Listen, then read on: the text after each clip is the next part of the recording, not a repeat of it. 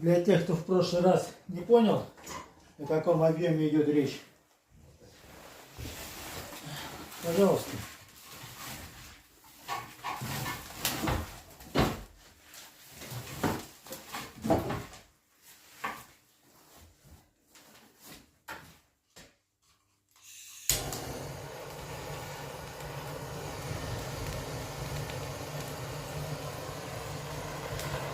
Хорошо, пробка от вина горит.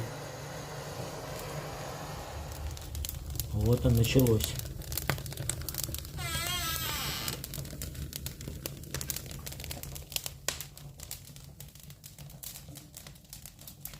Хорошая тяга. Процесс пошел.